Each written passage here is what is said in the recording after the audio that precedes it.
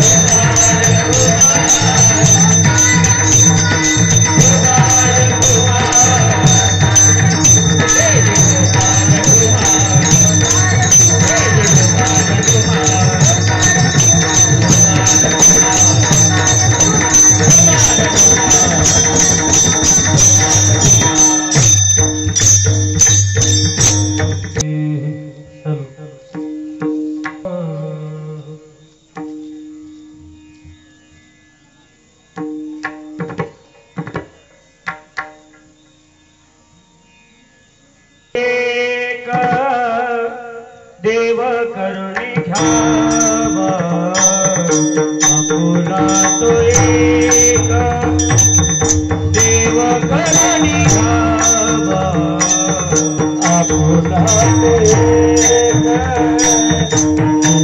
करून घ्यावा आपुला तो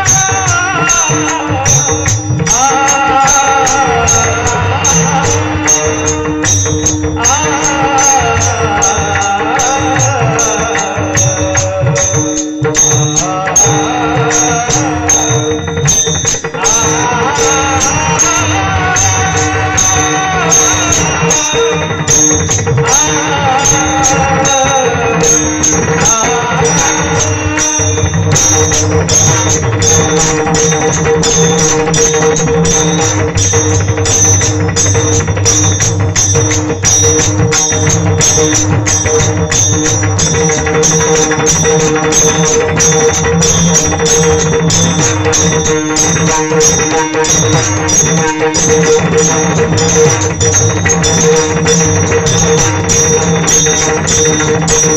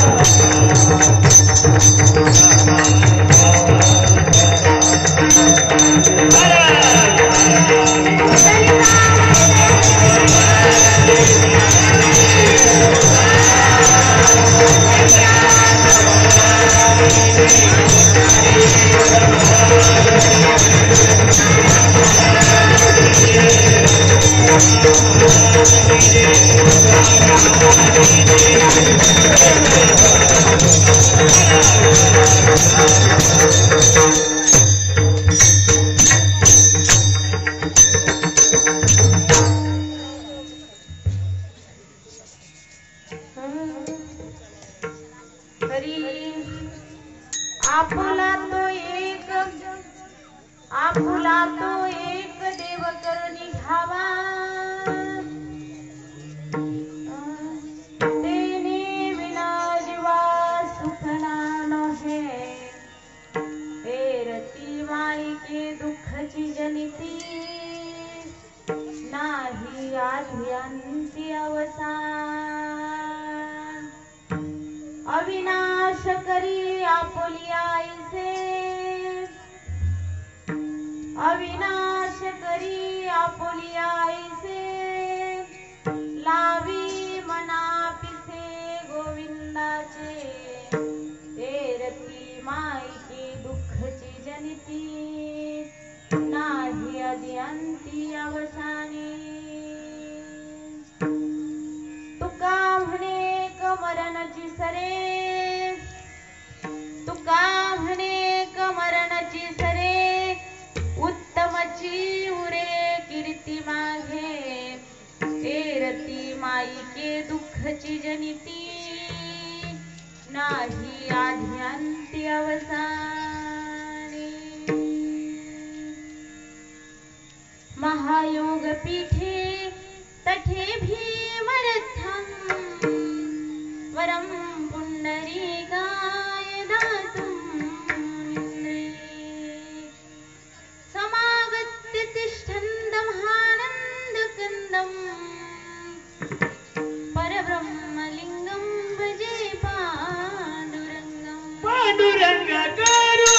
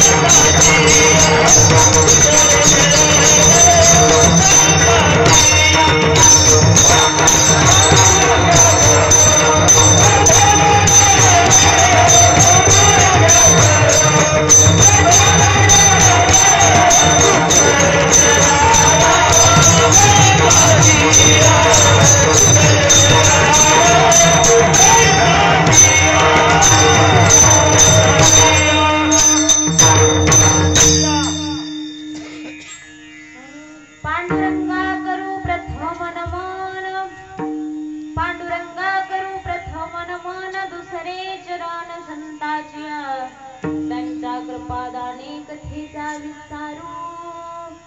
बाबाजी सद्गुरु दास तुकार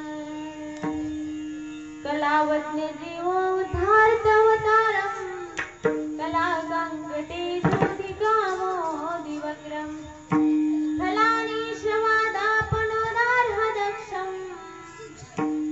समाधिस्तमूर्तिं भजे ज्ञानदेवम् ओम नमो ज्ञानेश्वराय ओम नमो ज्ञानेश्वरा करुणाकरा दयाळा तुम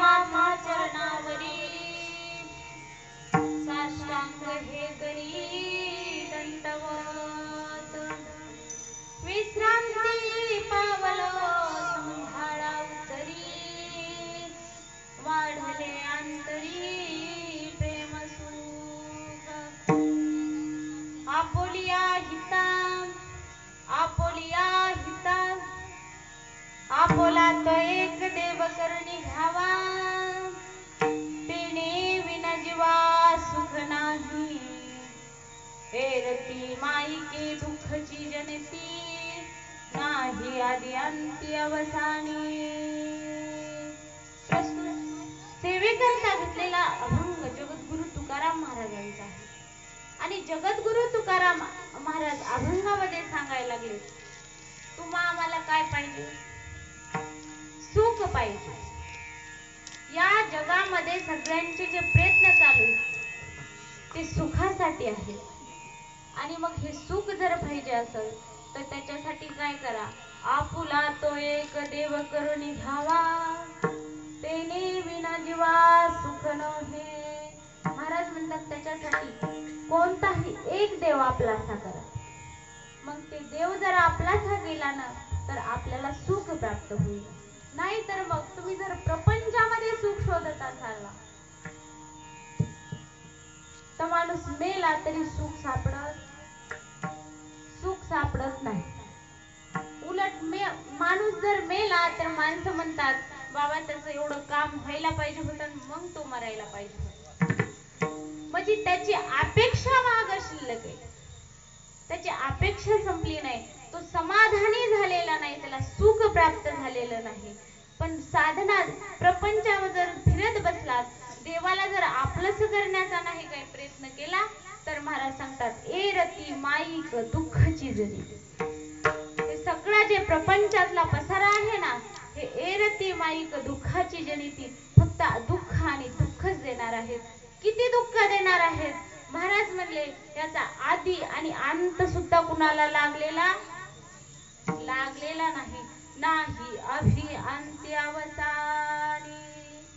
याचा आदी सुरुवातही कुणाला कळाली नाही आणि शेवट सुद्धा कधी आहे हे सुद्धा कुणाला माहित नाही. कारण सुखी कुणी झालाच नाही, समाधानी कुणी झालाच नाही महाराज. त्याच्यामुळं हे न करता कोणताही देव आपलासा करून काय करा, तुम्ही त्याला आपलंस करा, मग सुख प्राप्त होईल. त्याच्या नामामध्ये अविनाश करी आपुली आईसे, देवाला आपलंस केल्याच्या नंतर.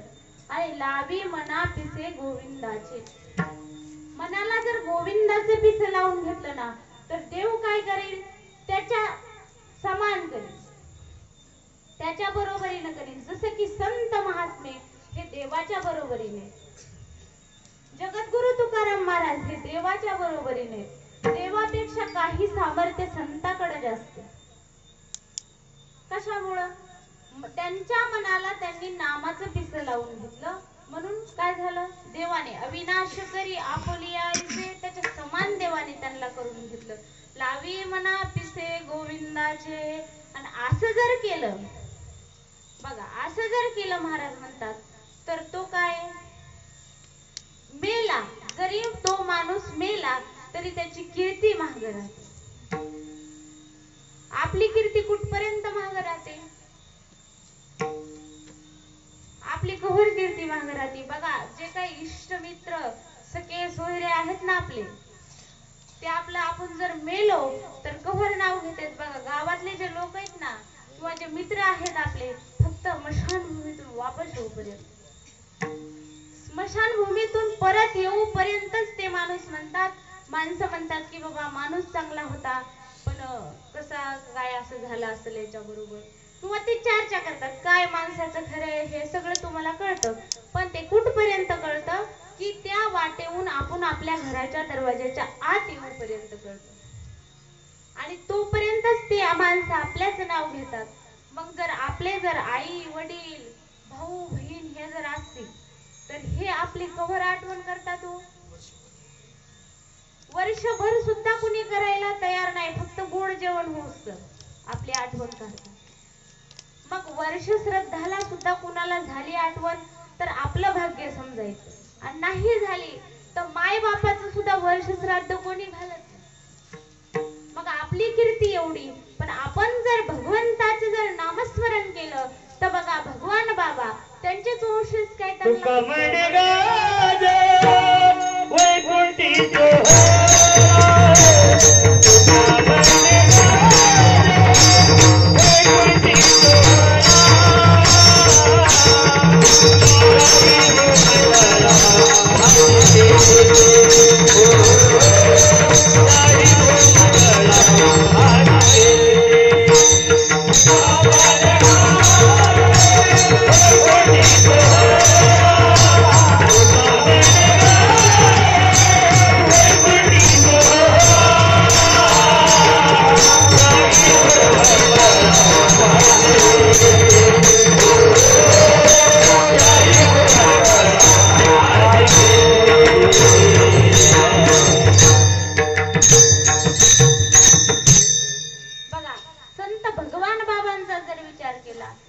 सद्गुरु तुकाराम महाराजांचा जर विचार केला, माऊलींचा जर विचार केला, तर हे आपले वंशज आहेत का, पूर्वज आहेत का बरं? ह्यांचा ना आपला काही अर्थार्थी, ते गेले त्याला 400 वर्ष झालं, संबंध नाही. तरी पण आज आपल्याला भगवान बाबा म्हणल्याच्या नंतर प्रत्येकाच्या रोमारोमात भगवान बाबा. त्यांनी काय केलं? फक्त भगवंताचं नामस्मरण केलं. म्हणून महाराज म्हणतात, जर कीर्ती रूपाने मरावं तर प्रत्येकालाच लागतं. जन्माला जो जीव आलाय त्याला मरावं तर प्रत्येकालाच लागतं, पण कीर्ती रूपाने उरतात. तुका म्हणे एक मरणाची सरे आणि उत्तमाची उरे कीर्ती मागे. आणि मग कीर्ती मागायच्या राहिल्याच्या नंतर महाराजांनी सांगितलं,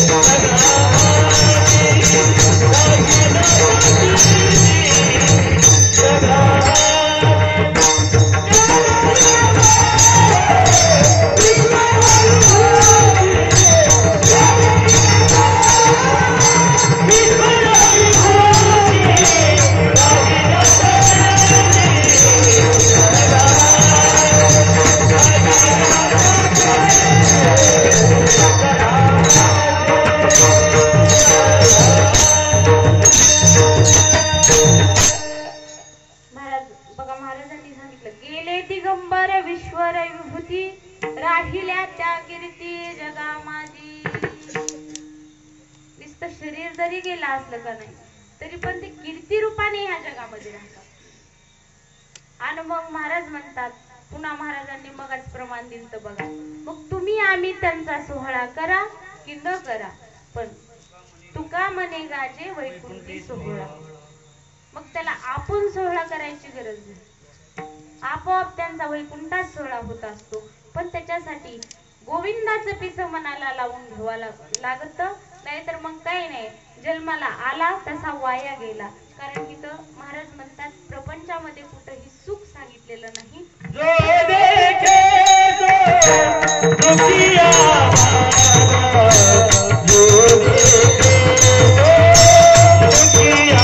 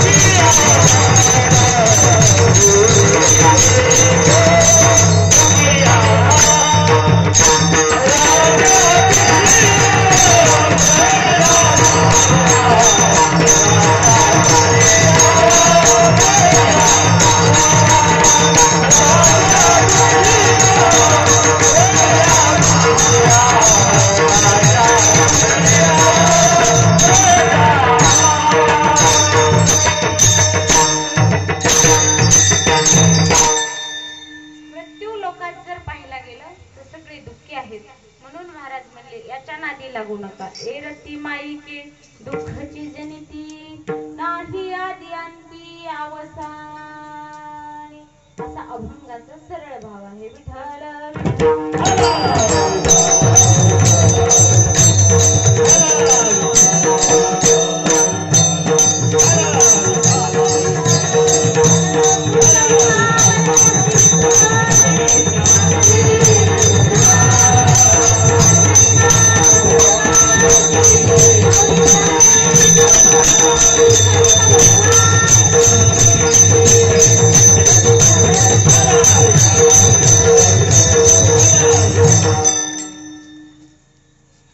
बघा, तुम्हा सर्व मंडळीला ज्ञात आहे की कार्यक्रम कशामुळे ठेवलेला आहे.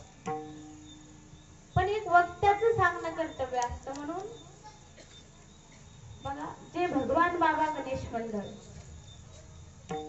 लिमंदरा, या सर्व इथले जे काही भाविक भक्त आहेत, या सर्वांचं नियोजन आहे आणि खूप सुंदर नियोजन आहे.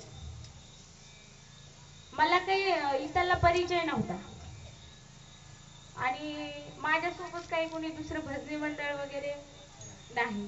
आणि मग आमचे भजनी मंडळ ही कसे असते किंवा कार्यक्रम कसा होईल असं मला वाटत होतं. पण पाहिल्याच्या नंतर बघा, लाडक्या लेकीचं लग्न बाप जसा ऐश्वर्यामध्ये करतो ना, मग त्याला व्याजानं का पैसे काढून करणं होईल. असा हा तुमचा सोहळा पाहून इतका आनंद आहे, इतका उल्हास आहे. गणपतीचं सुद्धा भाग्यच समजावं लागेल. नाहीतर बघा, हे कार्यक्रम कुठं गणपती पुढे होत नाही किंवा पाहायला सुद्धा बघायला भेटत नाहीत. तुम्हाला सगळ्याला माहिती किती वेगवेगळंच असतं. ते गणपती का डोळे झाकून बसत असन का काय माहिती, उघडं ठेवतो का नाही ठेवतो. कारण जे काय त्याच्या कुठंच पाहण्यात नाही, इतकं विचित्र विचित्र त्याच्या पुढे असतं. भजन कीर्तन हे तर त्याला कुठं ऐकायलाच भेटत नाही. त्याच्यामुळे तुमच्या गणपतीचं सुद्धा भाग्य, तुम्ही एक तर नामस्मरण त्याच्या पुढे केले, एक तर तुम्ही नामस्मरण करतात आणि त्याबरोबर अन्नदान सुद्धा केलेलं आहे. आणि सर्वश्रेष्ठ दान आहे ज्ञानदान आणि अन्नदान. आणि हे दोन्ही कर्म तुम्ही सर्व मंडळी करत आहात. आणि अगदी मनातून भावनेने, वरून वरून करण्याला काहीच उपयोग नसतो. भाव असला पाहिजे आणि तो भाव मला दिसून आला. एकदम भावनेने तुम्ही हे सगळं करत आहात. म्हणून तुम्हाला जेवढे काही धन्यवाद द्यावेत तेवढे सर्व कमीच आहे. माझ्या वाणीने मी तुम्हाला काही तुमचे आभार मानू शकत नाही महाराज. इथे येऊन बोलणं सोपं असतं, पण हे सगळं नियोजन सायास करण्यासाठी फार मेहनत लागते बरं का. बोलणाऱ्याला येऊन काहीच अडचण नाही किंवा तुम्ही नियोजन सुंदर केलंय असं म्हणायला काही जास्त कष्ट लागत नाही. पण नियोजन करणाऱ्याला विचारा किती कष्ट लागते. त्याच्यामुळे तुम्ही सर्व मंडळीनं सायासाने एवढं सुंदर नियोजन केलं. आणि त्याच्यामध्ये सर्व गायनाचार्य, मृदंगाचार्य, तुम्ही ऐकायला आलेले सर्व श्रोते मायबाप यांनी काय केलं, तुम्ही ह्यांना साथ दिली. त्याबद्दल सर्वांना माझा साष्टांग नमन आणि कीर्तनाला सुरुवात. विठ्ठल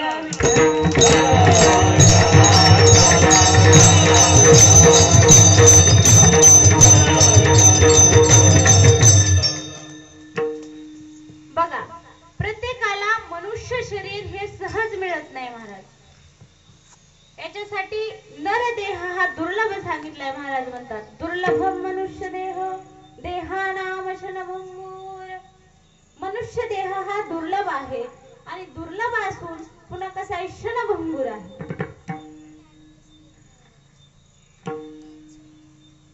तुम्हाला प्राप्त झालाय म्हणून जरी या देहाचं महत्व कळत नसलं तरी पण मी सांगते, मनुष्य जन्म घेण्यासाठी पहिलं 184 योनी माणसाला फिराव्या लागतात. मग महाराज सांगतात, शेवटची पाळी एक मनुष्य जन्म. आणि मग तुम्ही जर इथं चुकलात तर मग काय, चुकली या फेराच पडतो. मग पुन्हा 84चा फेरा. त्याच्यामुळे इथं चुकायचं नाही. काय हे देह तुम्हाला फक्त प्रपंच संसारासाठी दिलेला नाही तर कशासाठी दिलेला आहे किंवा या देहामध्ये हे काय सामर्थ्य महाराज सांगतात नर देहाची साधने सचितानंद पदवी घेणे एवढा देवाने या देहाला अधिकार दिलाय पण आपल्याला कळाला नाही बघा ज्याला जन्म मिळाला मनुष्य शरीर ज्याला मिळालं त्याला कळालं नाही आणि ज्यांना कळालं हे शरीर त्यांना मिळालं नाही त्यांनी अपेक्षा केली पण मिळालं नाही आणि काहींचा असा विषय ज्यांना मनुष्य जन्म दिलाही नाही आणि कळालाही त्यांना मिळालाही नाही आणि कळालाही नाही बघा आपल्याला मिळाला मानवाला पण कळाला नाही पण काहींना मिळालं नाही ते इच्छा करत होते महाराज सांगतात स्वर्गीचे अमर इच्छिताति देव स्वर्गीचे अमर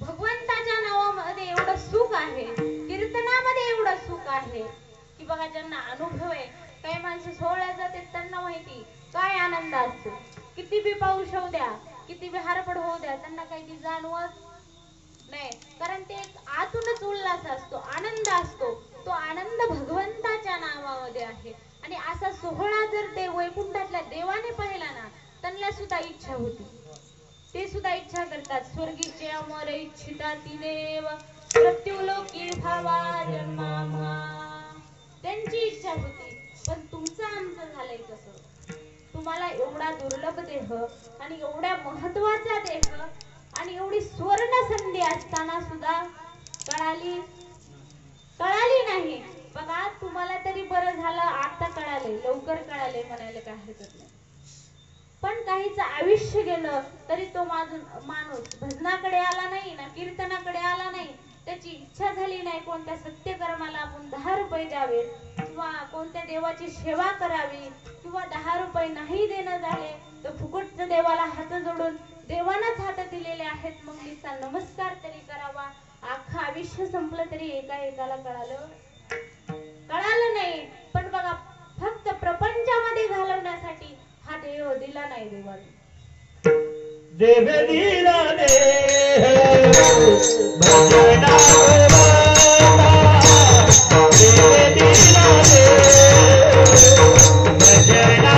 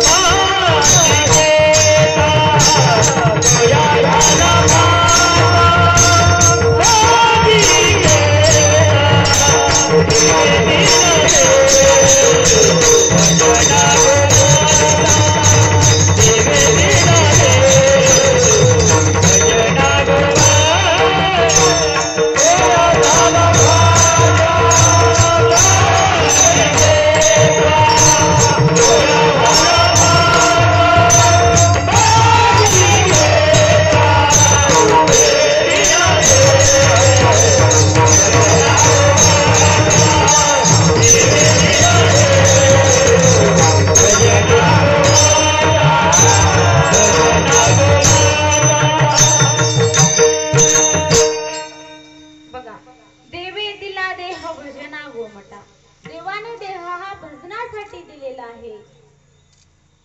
फक्त प्रपंच करू नका असं कुणाचंही म्हणणं नाही. संतांनी सुद्धा तुम्हाला सांगितलं नाही करू नका. ठीक आहे बाबा आम्ही सगळे प्रपंचिक आहेत, आम्हाला काम आहे, फक्त भगवंताचंच नाव घ्यायला आम्हाला वेळ नाही. मग वेळच काढून काय तुम्हाला तपाला बसायचंय का? किंवा तुकाराम महाराजांनी सांगितलंय का 1 वर्ष 6 महिने जी एका जागेवर बसा ती उठूच नका? सांगितलंय का?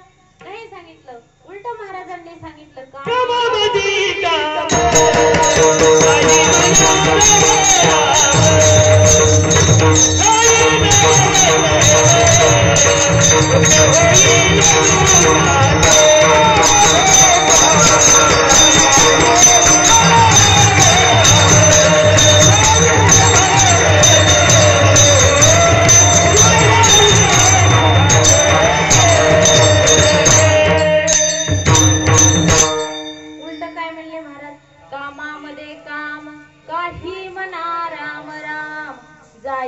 भवश्रम सुख होईल दुःखाचे. जरी महाराज हे संसारच दुःखमूळ आहे, पहिले ह्याची व्याख्याच दुःखामध्ये केली महाराजांनी. आणि मग जरी आपल्याला दुःख झालं तरी काय होईल, अधून मधून जर आपण देवाचे चिंतन केलं, भगवंताचं नामस्मरण केलं तर काय होईल, जाईल भवश्रम सुख होईल दुःखाचे. दुःखाचं काय होईल, आपल्याला सुख होईल. तेवढंच मनाला शांतता वाटेल, समाधान वाटेल, याच्यासाठी करा. हात फक्त काम करण्यासाठीच दिलेले नाहीत. महाराजांनी अभंगच लिहून ठेवलाय. दिले इंद्रिय हात पाय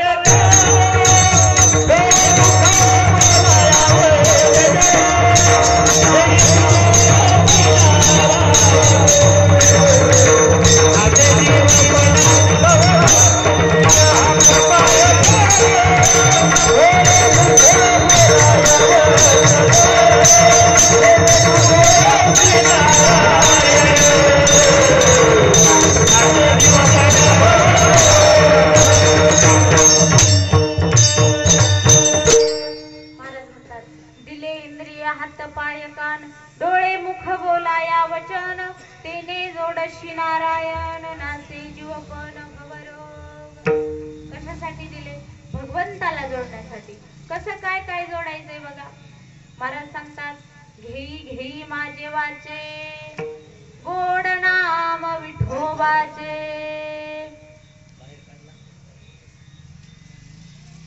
बघा इकडे बघा कशासाठी दिले भगवंताने. मगापासून मी तुम्हाला सांगते ते तुम्हाला कळत नाही. तुमच्यासारखंच तर बोलते ना मी. भगवंताचं नामचिंतन, आपली मनस्थिती एवढी बघा. थोडं काहीतरी झालं की आपण तिकडे बघायला लागलो. काय सांगितलंय? भगवंताचं नाव सांगितलंय. बरं मी काय सांगायलंय? तोंड कशामुळे दिलंय? फक्त भांडण्यासाठीच दिलंय का? शिवी देण्यासाठी दिले? नाही ना महाराज. तोंड कशासाठी दिले? महाराज सांगतात, घेई हे माझे वाचे गोड नाम विठोबाचे. डोळे कशासाठी दिलेत? तर जगातलं हे चित्र विचित्र पाहण्यासाठी. डोळे तुम्ही घ्या रे सुख, पहा विठोबाचे मुख. भगवंताचं मुख पाहण्यासाठी. कारण भगवंताचं मुख का पाहायचं? पाहता श्रीमुख सुखावले सुख, डोळी याची भूक नवजे माझे. कारण भगवंताचं, आपण जर जगाची परिस्थिती पाहायला गेलात तर बघितल्याच्या नंतर दुःखच होतं महाराज. आपल्या जीवनात जरी दुःख नसलं तरी आपण दुसऱ्याचं जर दुःख बघितलं तर काय होतं? दुःखच होतं. मग ते बघण्याऐवजी महाराज म्हणतात भगवंताचं जर रूप पाहिलं तर काय होईल? पाहता श्रीमुख सुखावले सुख. म्हणून डोळे तुम्ही घ्या रे सुख, पहा विठोबाचे मुख. तुम्ही आई कारे कान.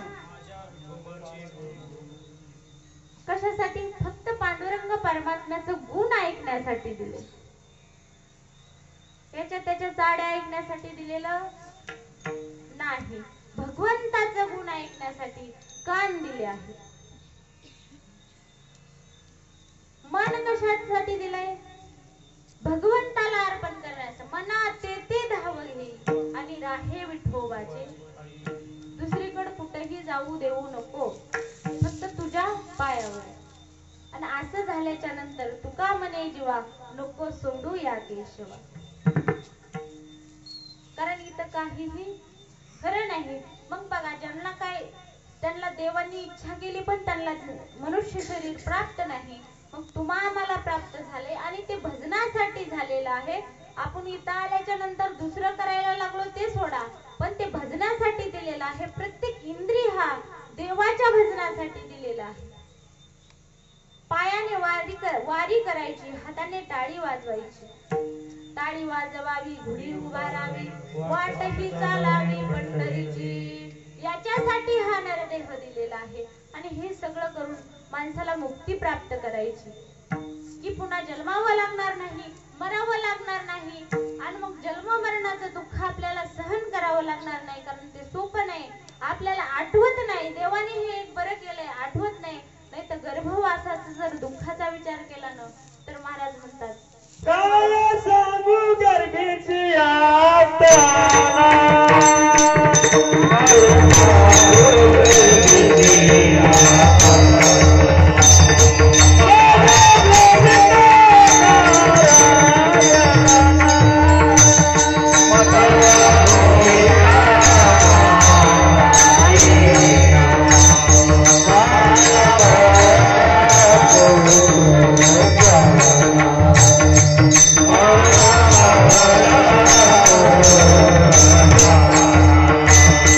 Oh,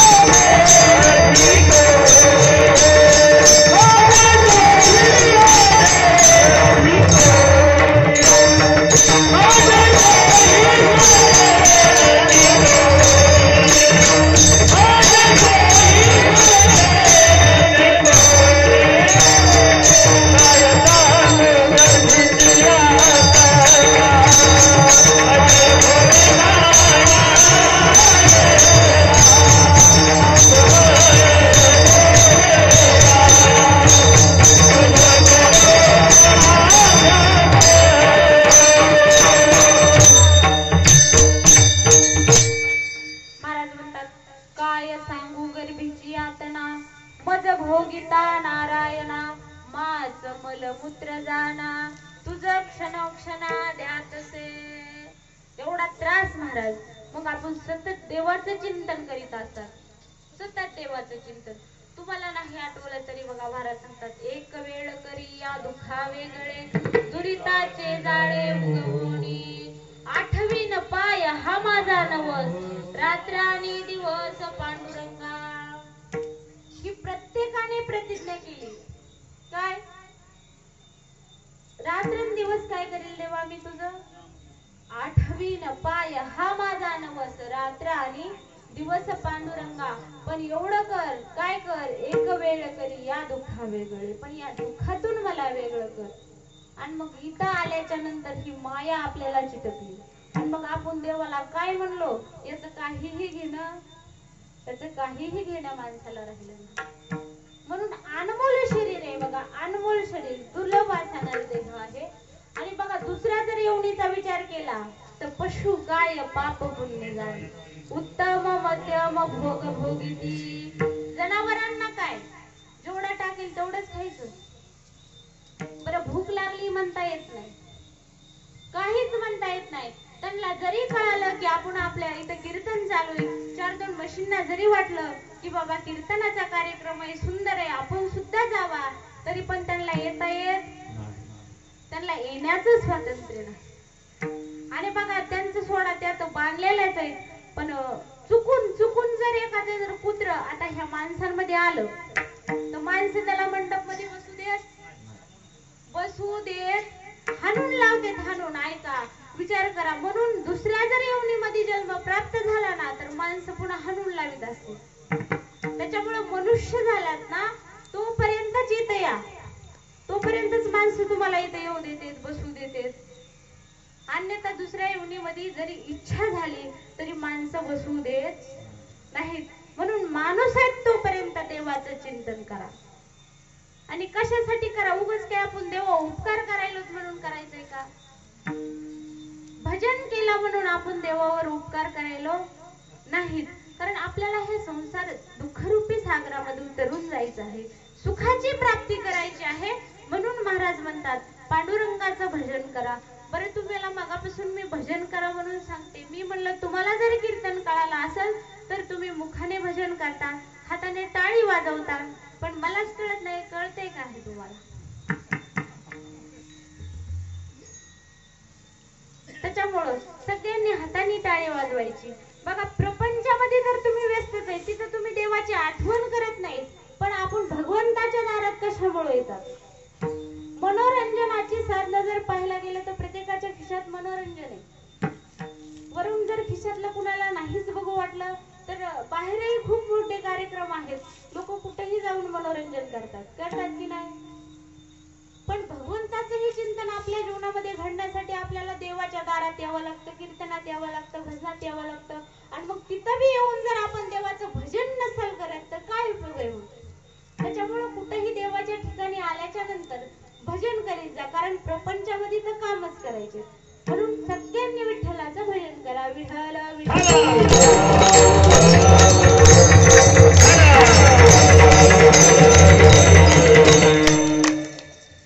बघा शास्त्र मान्य काही दैवत सांगितले. आता तुम्ही का तुम्हाला सांगायले की काही दैवत सांगितले आहेत आणि सुख पाहिजे आहे, शरीर प्राप्त झालंय हे तुम्हाला पटलं आणि भगवंताच्या नामासाठी प्राप्त झालंय हे सुद्धा तुम्हाला आता समजलं का नाही. भगवंताच्या नामासाठी दिलंय, पण आम्ही आज्ञानी जीव आहेत महाराज, आम्हाला कळत नाही नेमकं भक्ती कुणाची करावी. बरं आम्ही कामाचे माणसं आहेत, कोणाची म्हणून भक्ती करावी. तर शास्त्राने काही दैवत सांगितले, कारण सगळ्यांची आवड सारखी नाही. सगळ्यांना फक्त गणपतीचीच भक्ती आवडते असा विषय नाही, वेगवेगळ्या भक्ती. मग गणपतीची भक्ती, त्याच्यामध्ये शक्तीचे काही भक्त आहेत, सूर्याची काही शास्त्रमान्य भक्ती सांगितली, शंकराची भक्ती सांगितली आणि विष्णूची भक्ती सांगितली. मग काही भक्तांनी ठरवलं की आम्ही सूर्याची भक्ती करू. पण महाराज म्हणतात की त्यांना ऐकायला भेटलं सूर्याची जर भक्ती करायला गेली तर तुझी आसक्तीने वेदाशी बोलणे, सूर्याशी चालणे तुझी आवळे. सूर्याचा विचार करायला गेला तर जो काय हा पंढरीश पांडुरंग परमात्मा आहे, सूर्य याच्या सत्तेने चालतो. मग भगवान शंकराची भक्ती करू, कारण भगवान शंकर हा भोळा देव आहे, लवकर प्रसन्न होतो. आणि भक्ताचा भाव काय आहे त्याचं काही ते जाणीव. भस्मासुराचा वरदान मागण्याचा भाव काय होता हे काही जाणलं नाही. वरदान मागितलं की डायरेक्ट वरदान देऊन टाकलं. मग काय तो महादेवाच्या डोक्यावर हात ठेवायला निघाला का नाही. मग तसं काहीही तो भक्तीचा भाव काय आहे जाणत नाही. त्याची भक्ती करू, पण त्याचा बी विचार केला तर महाराज म्हणले भजन करी महादेव आणि राम पूजी.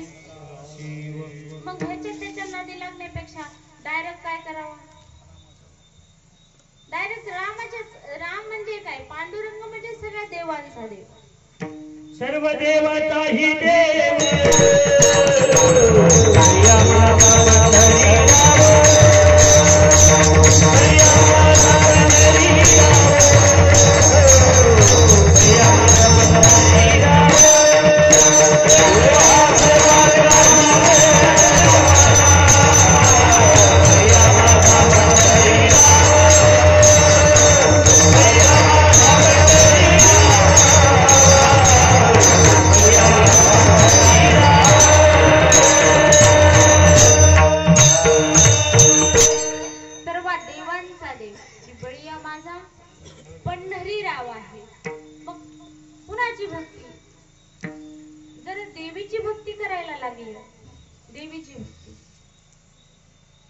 तर ही देवी ना महाराज म्हणले जे विष्णूचे भक्त आहेत, पांडुरंगाचे भक्त आणि देवीच्या भक्तांचं भेट झाली होती. भेट आणि मग भेट झाल्याच्या नंतर हे उठलं की त्या देवीच्या मंदिरात राहायला होते. आणि मग वारकऱ्यांनी उठलं की केला ना काकडा चालू 5:04. मग जो राजा होता का तिथला, तो देवीची भक्ती करत होता. मग त्याला काय माहिती तुमचा काकडा नाही. ते म्हणला काय हे 4:05 चालू केले. आमच्या देवी पुढं माझी देवी श्रेष्ठ आहे, हिचं नामस्मरण करायचं, पांडुरंगाचं नाही नामस्मरण करायचं. मग असं ठरवल्याच्या नंतर ते म्हणले तुझी देवी श्रेष्ठ आहे का, आमचा पांडुरंग त्याच्यापेक्षा श्रेष्ठ आहे. तुझ्या देवीला जरी बसायला सोन्याचं सिंहासन असलं, तिच्या अंगावर जरी सोनं असलं तर याचा काही उपयोग नाही. आमचे जर पांडुरंग परमात्म्याचं बघायला गेलत ना, अख्खं पंढरपूर सोन्याचे, अख्खं पंढरपूर सोन्याचे, आणि तुझ्या देवीची तिथं काय अवस्था आहे ते पहा. मग राजा निघाला. राजाला म्हटलं की खरंच बघू, सोन्याचं पंढरपूर आहे. मग राजाही वारकऱ्यांसोबत गेला आणि लांबूनच त्याचे डोळे दिपायला लागले. जिथून कळस दिसतोय ना महाराज, तिथूनच महाराज सांगतात झळझळीत स्वर्ण सरा कळस दिसतो सोजळा. बरं तिथूनच डोळे दिपायले. पण राजा डेरिंग ना माझीच भक्ती श्रेष्ठ आहे किंवा माझं शक्तीचं दैवत आहे, देवीचं जे दैवत आहे ते श्रेष्ठ आहे म्हणून पुढे गेला. वारकऱ्यांसोबत चंद्रभागेत स्नान केलं आणि मग पुढे गेलं मंदिरात. मग मंदिरात गेल्याच्या नंतर रोज उठून ज्या देवीची हा सेवा करीत होता ना, ती देवी तिथं काय होती, तिथं झाडून काढायला लिहिला दिसते. मग ते हे सोडून दिलं, देवीची ही भक्ती. मग पांडुरंगाची भक्ती करायला लागला. बरं आता गणपतीचा जर विचार केला तर गणपती हा दुःखाचे हरण करणारा आहे, सुख प्राप्त करून देणारा आहे भक्ताला. आरतीमध्ये सुख करता दुःख हरता वार्ता विघ्नाची नुरवी, सुख प्राप्त करून देणारा, दुःखाचं हरण करणारा. आणि आपण सगळे 8 दिवस त्याची आराधना करतो. आता 10-11 दिवस सगळे जर करतात, कुणी 5 दिवस, कशी काय घडल तशी आराधना सगळे गणपतीची करतात. पण बघा गणपती हा सुद्धा काय त्याच्याच आधिपत्याखाली आहे. जेव्हा गोमाळा ह्याच्यामध्ये भगवान श्रीकृष्ण खोड्या करीत होते,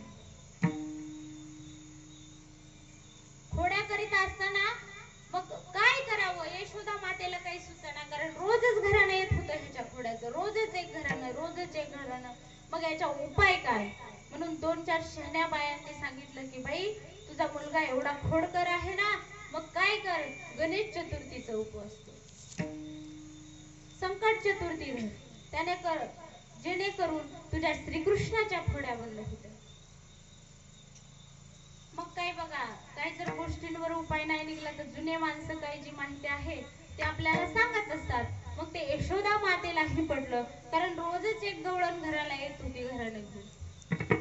मग तिनं संकट चतुर्थीचं व्रत चालू केलं आणि व्रत चालू करीत असताना जे संध्याकाळी उपवास सोडायला सामग्री लागती, जे नैवेद्य गणपतीला लागतोय, असे 21 मोदक, 21 लाडू, सर्व काय पूजाचं सामग्री, फुलं, हे ते सगळं काही गणपती सजवला, त्याच्या पुढे सगळं मांडलं.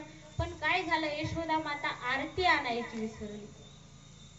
मग सगळं आणून ठेवल्याच्या नंतर आरती विसरली आणि मग यशोदा मातेनं, ज्याचं चोरीचंच घराणं येत होतं, बरं कशाची चोरी होती? सोन्याची होती का देवाची? तर ही खायच्या वस्तूची चोरी. आणि मग हे सगळं ठेवलं आणि यशोदा माता आरती आणायला गेल्या आणि राखण कुणाला ठेवलं? श्रीकृष्णाला. कृष्णालाच राखण ठेवलं. मग कृष्णानं काय करावं लागतं? आई जोपर्यंत आरती आणायला गेली तोपर्यंत गणपतीलाच हे करायचं होतं. गणपती पुढे जादकशाही करायला लागला ना. काय गणपती माझ्या पुढे इथे येऊन शांतपणा करायला? तू खाणार मोदक का मी खाणार? मग असं धमकवायला चालू केल्याच्या नंतर गणपती बाप्पा म्हणले, हे सगळं तूच खा, पण मला काही त्रास देऊ नको, सगळं तूच खा. आणि मग खाल्ले सगळेच. कृष्ण परमात्म्यानं मोदक आणि यशोदा आली आरती घेऊन आणि विचारू लागली, काय झाले बाळा, हे लाडू कोणी नेले? मग ह्याला तर काही सांगायची गरजच नाही. हे नुसता माणूस इकडून इकडे बघूस तर डोळे लाल तेन करत होता. ते म्हणला एका उंदरावर बसून असं मोठ्या पोटाचं एक आलं होतं, त्याने हे सगळं आई खाऊन घेतलं.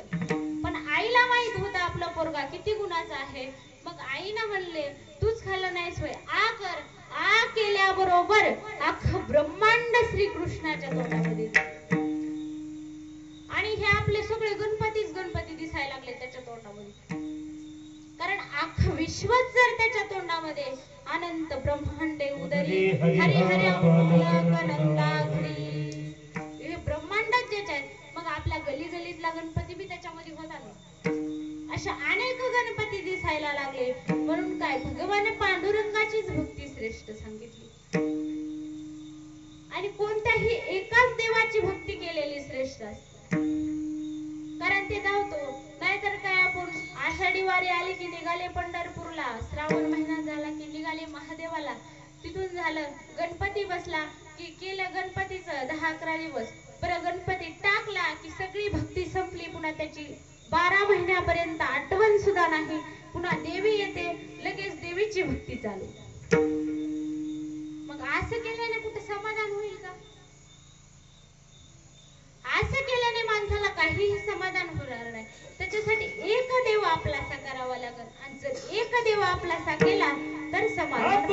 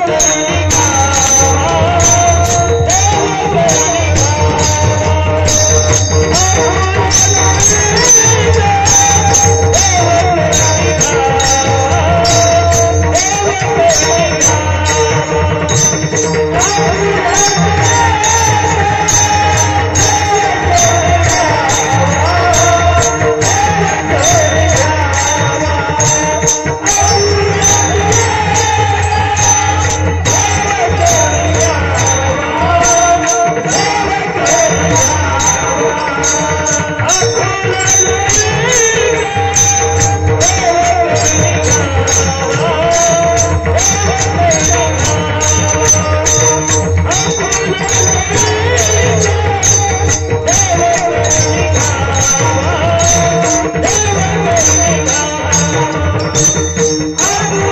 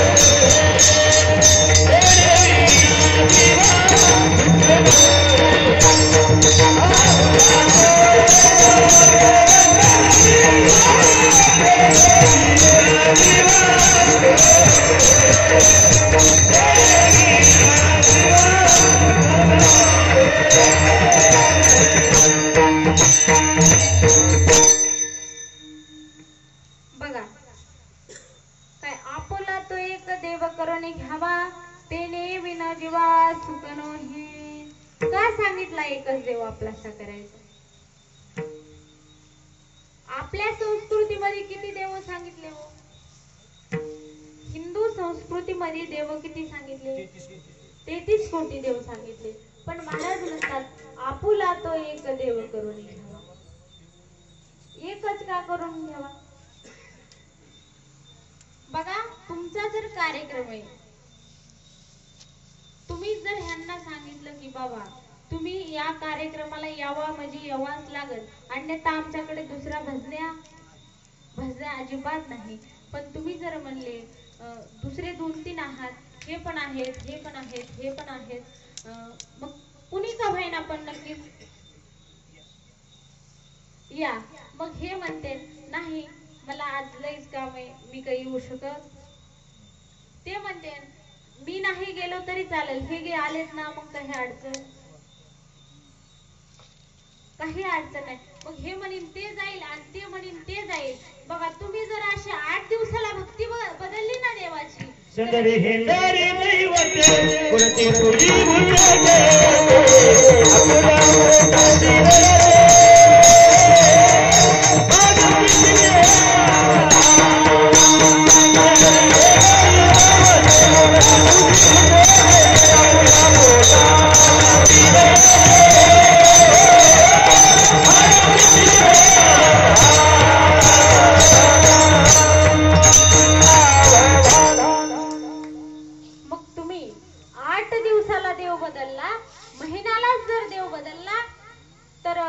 संकट पडल्याच्या नंतर मग कुणी म्हणून यावा धावून? कोण म्हणून येलो? त्याला वाटन ते जाईल, त्याला वाटन ते जाईल, आणि कुणीच येणार नाही. आणि मग लोक म्हणतात देवच नाही. कशाचा देव आहे पुन्हा म्हणतात. मग एकाच जर देवाची भक्ती केली आणि एकच देव भक्ती करण्यासारखं, अन्यथा महाराजांनी सांगितलं सेंदरी हेंदरी दैवते कोण पूजी भूते केते आपुल्या पोटाते रडते शिते मागती अवदान. त्यांनाच जर खायला नसल, ते जर आपल्याकडून मागून घेत असतील, तर मग आपलं काय दुःखाचं ते निवारण करणार आहे तो?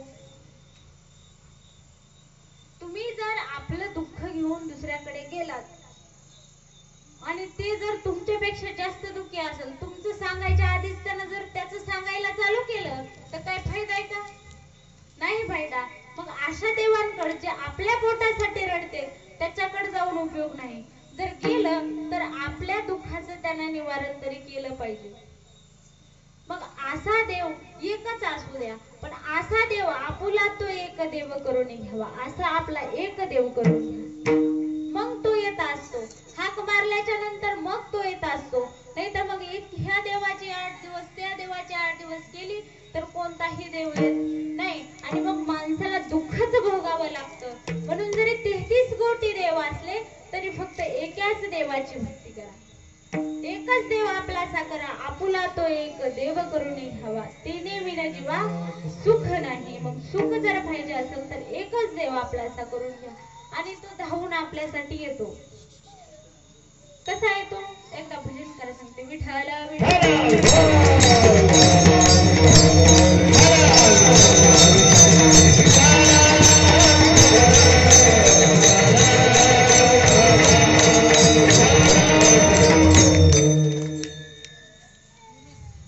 बघा, हनुमंतरायाने भक्ती कुणाची केली? रामाची भक्ती हनुमंतरायाने केली. आणि कृष्णाची भक्ती अर्जुनाने कृष्णाची भक्ती केली. आणि रामाची भक्ती हनुमंतरायाने केली. अख्खा जन्मभर दुसऱ्याचं नामस्मरण केलं नाही, फक्त राम राम राम. आणि मग हे दोघही भक्तीने श्रेष्ठ होते. दोघही देवाचे सामर्थ्यवान भक्त होते. आणि एवढं सामर्थ्य दोघांकडे होतं, पण दोघांची एका जागेवर भेट झाली. आणि भेट झाल्याच्या नंतर त्यांच्यामध्ये संवाद झाला. एका गंगेच्या काठी ते दोघं भेटले होते आणि त्यांच्यामध्ये संवाद झाला. मग संवाद झाल्याच्या नंतर प्रत्येकाला वाटायला लागलं की माझा देव मोठा. आणि प्रत्येकाला तसंच वाटत असतं आपलंच मोठी बाजू प्रत्येक आपलीच पटवत असतो. दुसऱ्याचं कोणी म्हणत नाही. काही जर शंकराचे भक्त असाल तर बघा ते म्हणतात भगवान शंकरच सगळ्यात मोठा, आणि काही जर पांडुरंगाचे भक्त असेल तर ते म्हणतात पांडुरंग सगळ्यात मोठा. म्हणजे जे ज्याची भक्ती करतं त्या दोघांमध्ये तसंच झालं. मग अर्जुन म्हणाला की हनुमंतराय हे ज्ञानी भक्त होते, जरा समजदार भक्त होते. अर्जुन एवढा नव्हता. देव त्याच्या जीवनामध्ये प्राप्त झाला होता, पण इतका काही ज्ञानी भक्त नव्हता. आणि मग हनुमंतराय हे जाणकार भक्त होते, पण अर्जुन म्हणाला की कशाचा राम श्रेष्ठ आहे, रामाकडे जर एवढं सामर्थ्य आहे तर काय वानर जमा करायची गरज आहे आणि काय दगड हुडकीत बसायची गरज आहे.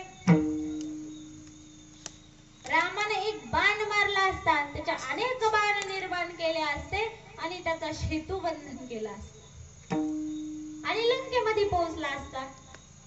इतके वानर जमा केले, सगळे दगड जमा केले, एवढा वेळ वाया घालविला आणि राम कशाचा श्रेष्ठ, कृष्ण परमात्मा हा श्रेष्ठ. मग हनुमंतराय म्हणले ठीक आहे, मग काय कर अर्जुना, तू काय कर, ह्या नदी तीर, ह्या गंगेच्या तीरावर काय कर, धनुष्याचा पूल निर्माण कर आणि मी एकटा त्याच्याहून चालतो. आणि ते आपुलाहून किती जण चालले होते, रामाने जे काही सेतू 18 पद्मवाहनर चालले होते. मग तू काय कर, या तीरावर फक्त मी एकटाच आहे, तू काय कर, एवढं धनुष्याचं काय कर, सेतू बांध आणि त्या सेतूवरून मी चालतो.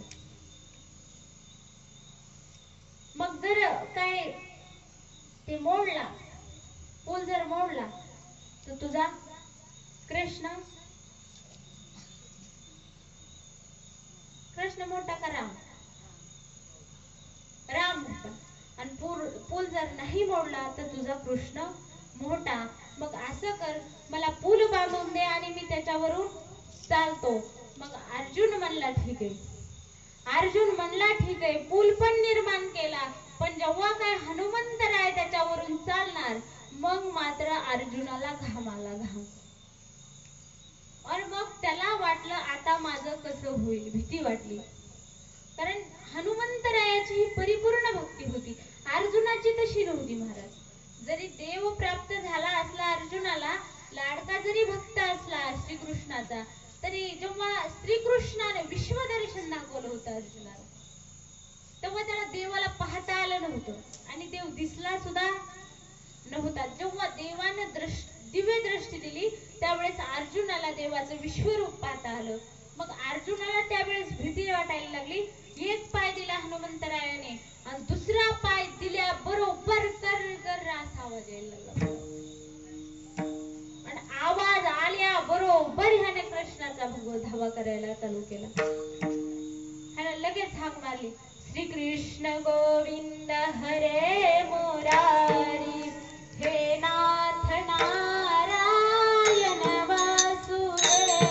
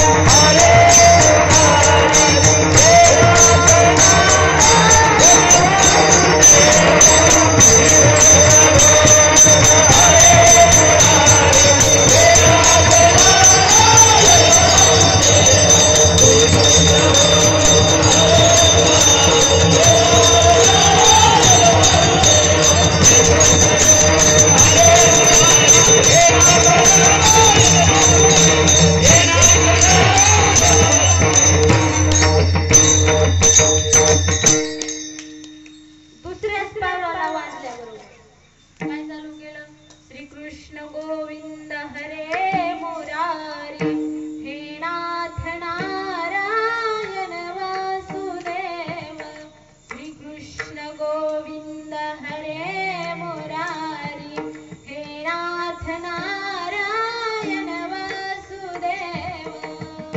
लगेच ह्याने कृष्ण परमात्म्याला आवाज दिल्याबरोबर देव येऊन थांबला तिथे. आणि मग काय ह्यांनी वरून उड्या जरी मारल्या तरी पूल पुन्हा वाजला नाही. हनुमंतरायांना वाटलं असं कस काय झालं, म्हणून खाली वाकून बघितलं. खाली वाकून बघतात तर काय कृष्ण परमात्मा खांदा देऊन आले. मग हाक मारल्याबरोबर देव आला. कारण का 8 दिवसाला भक्ती बदलत होती का अर्जुनाची? नाही. एकनिष्ठ वनवास जरी भोगावा लागला, पांडवांना वनवास भोगावा लागला की नाही, पण तरीही भक्ती बदलली. ते पांडव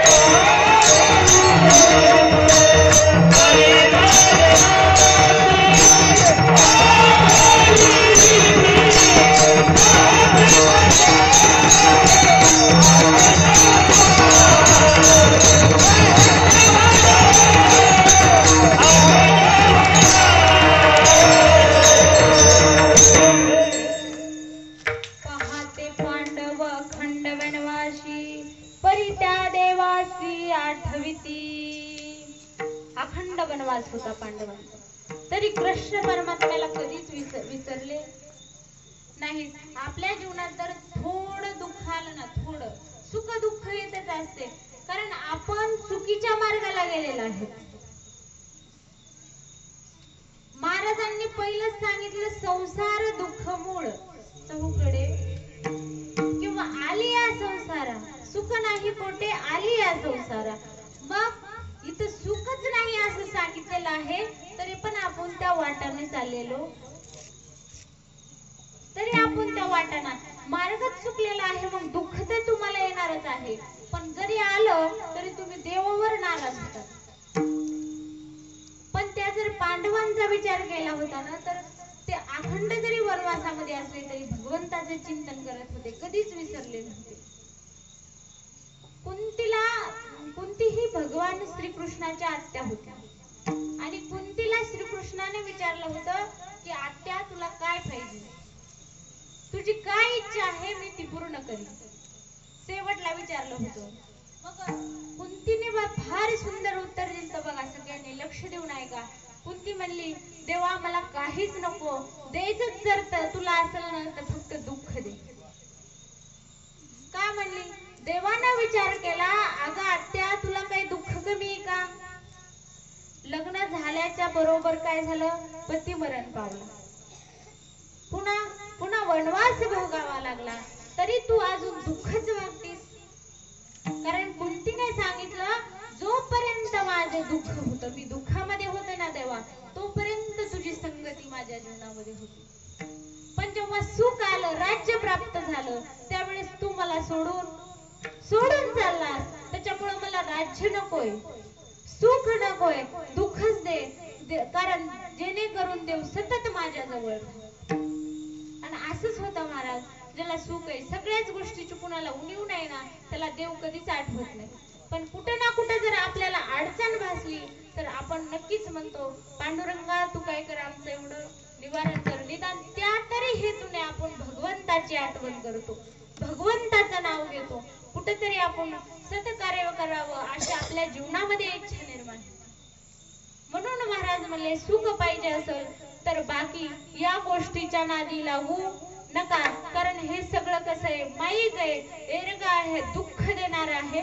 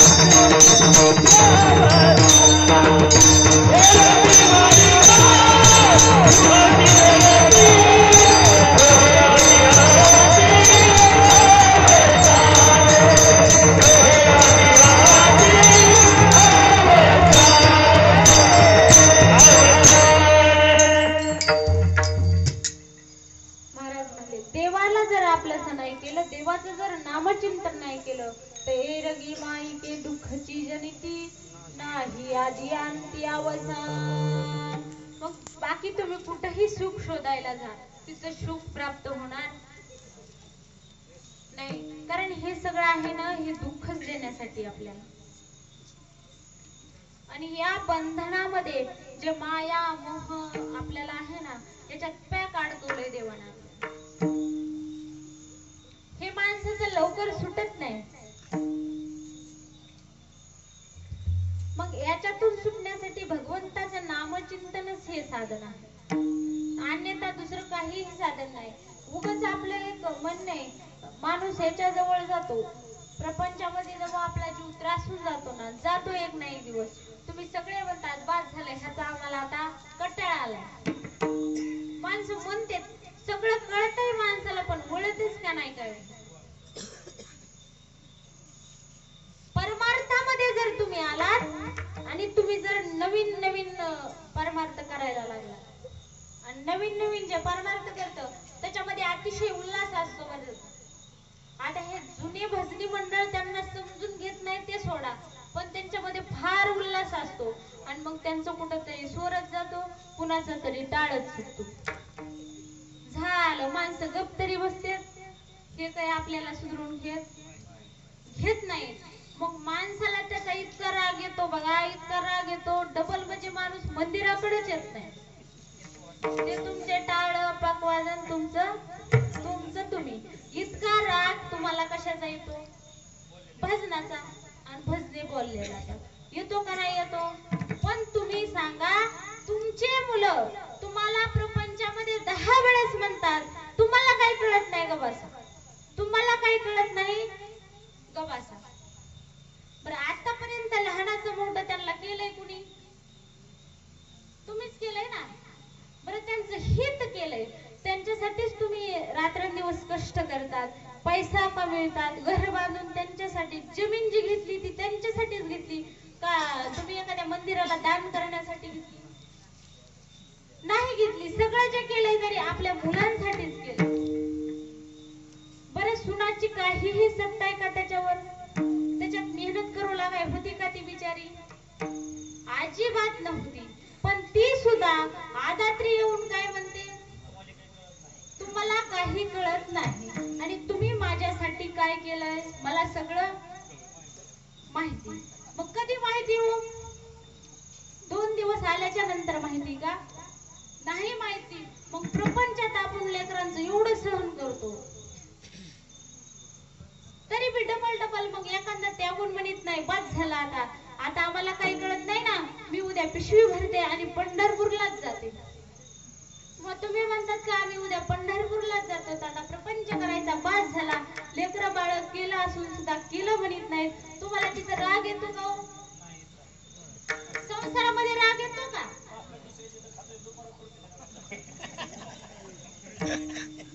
घरी भाकर राग नाही दिली तर दुसऱ्याची भाकर द्यायची आणि महाराज म्हणतात स्वतःच्या इकडे असं करतात का? बरोबर, महाराज सांगायले म्हणून मी सांगायले, मला काही माहित नाही कसं आहे तिकडे म्हणून. दुसऱ्याची का भाकर खाणं होईना, पण पोराच्या शेतामध्ये काम करायचं. मग बघा, एवढं काय म्हणायचं माणूस म्हणजे प्रपंचामध्ये काय पचलं. राग माणसाला तिथं येतच नाही, दुसऱ्या दिवशी हायच राहणार कुठेतरी. कळत नाही, गबासा म्हणल्यावर ते गबसत नाहीत माणसं. डबल पुन्हा त्यांना शिकवित, असं नाही असं करा, असं नाही असं करा. ते गबासा म्हणते, तुम्हाला काय कळत नाही म्हणते, तरी तुम्ही त्यांना शिकवितात का नाही? मग भजनामध्ये तुम्हाला एवढा का राग यावा? इथं बी तुम्ही तसं होत चालत थोडंफार, की आता म्हणलंय का मला येत नाही, बघा दुसऱ्या वेळेस मला आलंच पाहिजे. आणि बघा, सतत जर भगवंताचं नाम केलं, सतत जर प्रयत्न केला, तर नक्कीच तुम्हाला सुद्धा एक दिवशी तुम्ही त्याच्यापेक्षा चांगलं होता. कारण जरी माणूस कितीही ज्ञानी झाला, कितीही भजने असला, तरी त्याचा कधी स्वर जाईल सांगा येत नाही महाराज. कारण स्वर किंवा आवाज हे आपल्या हातातल्या गोष्टी नाही, ही एक देवाची देण आहे. याच्या गर्व आणि घमंड करायची कुणाची काही, हे कुठं जाईल आपलं आणि कुठं आपल्याला खाली बघावं लागेल सांगता येत नाही. त्याच्यामुळे आपण आपलं मान्य केलेलं बरे. मग त्याच्यामुळं काय करायचं, कुणाचंच काही परिपूर्ण माणूस कुणी नाही. कोणीतरी कुठेतरी माणूस हा चुकीचा पुतळा आहे, चुकतोच, मग काय लगेच खचून जायचं नाही. तुम्हाला जर भगवंताचं नामचिंतन करायचं आहे, जसा प्रपंच तुम्ही कितीही त्याच्यामध्ये त्रास आला, कितीही कंटाळा आला, तुम्हाला कितीही वैतागलात तरी सोडत नाही, तसं देवाचं नाम सुद्धा सोडायचं नाही. एक ना एक दिवस तुम्हाला ते यायलाच लागत. आणि नाही आलं तरी महाराजांनी सांगितलंय, फक्त भाव असणं महत्वाचं आहे भजनामध्ये. मग महाराज म्हणतात, मग तुम्ही म्हणाल, जरी तुझं मधुर उत्तर दिदला, स्वर नाही देवे, नाही तयावी न भुकेला विठ्ठल, येईल तैसा बोल रामकृष्ण. मग तुम्ही म्हणाल, आम्ही एवढा सायास केलाय स्वर भजन शिकण्यासाठी, मग काय असेल तर ठीक आहे, असेल तर दुधात साखरच आहे, पण नसेल तरी महाराज म्हणले, जरी तुझं मधुर उत्तर दिदला, सुस्वर नाही देवे, नाही तयावी न भुकेला विठ्ठल, येईल तैसा बोल रामकृष्ण हरी. जसं काय येईल तसं, पण भावनेनं बोला, मंदिरातच बोला, असं बी काही बंधन नाही, जिथं असाल तिथून बोला, जशी स्थिती आहे त्या स्थितीमध्ये, पण काय करा, भावनेने भगवंताचं भजन करा, भावनेने देवाला एकदा तरी हाक मारा.